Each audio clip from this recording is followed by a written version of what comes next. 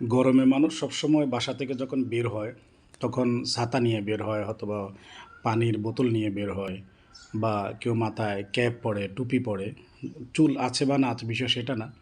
ঢাকা সিটিতে বা যারা যখন বাসা থেকে বের হয় যে কোনো সিটিতে হোক, তো আমাদের যেই চিফ হিট অফিসার, তো মানুষ ওনার কাছ থেকে একটু অন্য লেভেলের কিছু আশা করছে। আছে না যে আনএক্সপেক্টেড কিছু কথা উনি বলবে, হ্যাঁ আমাদের সিপি অফিসার তো খুব ভালো কথা বলছে, আমাদের হিট অফিসার তো আমাদেরকে ওয়েদার সম্পর্কে, এত উত্তপ্ত গরম পড়তেছে যেখানে 38 ডিগ্রি সেলসিয়াস হওয়ার কথা বাংলাদেশে, সেখানে হচ্ছে 45 ডিগ্রি সেলসিয়াস। তার মানে আমাদের তো দিন দিন উত্তপ্ততা বাড়তেছে।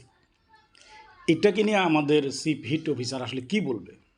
কিন্তু আমাদের সিভিল হিসাবে গতানুগতিক ধারার কথাই বলছে যে আপনারা বাসা থেকে বের হওয়ার সময় ছাতা নিয়ে বের হবেন, পানি নিয়ে বের হবেন, মাথায় ক্যাপ নিয়ে বের হবেন। এটা মানুষ বের হয়, এটা তো মানুষ জানে।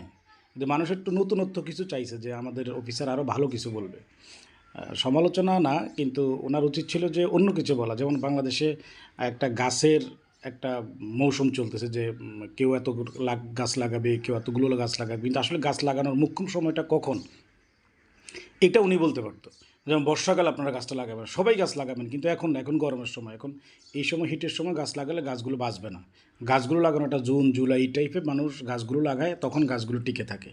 এইভাবে যদি চিফ হিট অফিসার কথাগুলো বলতো তাহলে মানুষ বুঝতো যে আসলে প্রকৃতিকে আমরা কেটে ফেলতেছি, প্রকৃতিকে মেরে ফেলতেছি, প্রকৃতি আমাদেরকে মেরে ফেলবে।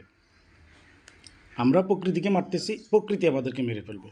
তো সেই জন্য সিভিট অফিসারের উচিত ছিল যে গতানুগতিক ধারার কথাগুলো না বলে কথাগুলো অন্যভাবে বলতো, যেটা আসলে মানুষের চাচ্ছে। এখন যারা গাছ রোপণ করতেছে, এটা গাছ রোপণের সময় না, এটা উনি বলবে। গাছ রোপণ করবে জুন জুলাই, যখন একটু বর্ষাকাল ওই সময়। ঠিক আছে? তো আসলে আমরা নতুনত্ব কিছু আশা করি আমাদের চিফ হিট অফিসার থেকে।